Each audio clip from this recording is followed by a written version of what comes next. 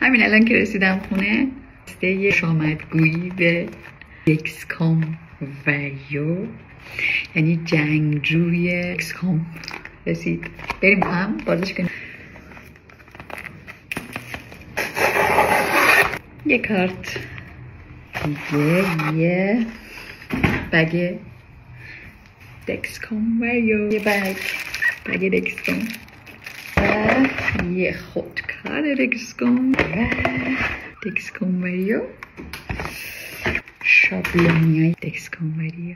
آلمانی نوشته. حالا من یه خلاصه به تیم خوش اومدید. ما خیلی خوشحالیم از این که میتونیم بهت خوش آمد بگیم. تو حالا یه عضو مهم هستی که الهام بخش باشی برای آدم هایی که با دیابت هستن و اونها رو کمک کنی تا بتونن دیابتشون رو تو محدوده سبز نگه دارن. مأموریت تو به عنوان یه جنگجوی دیابت اینه که الهام بخش باشی. فرصت اینو داری که مهم باشی و بتونی صدای آدم ها باشی و از تجربه های کمک کنه به آدم هایی که بتونن دیابتشون رو مدیریت کنن. و ما خوشحالیم که توی این سفر هیجان انگیز همراه تو هستیم.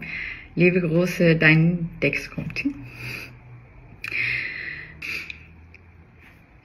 خدای شکرت.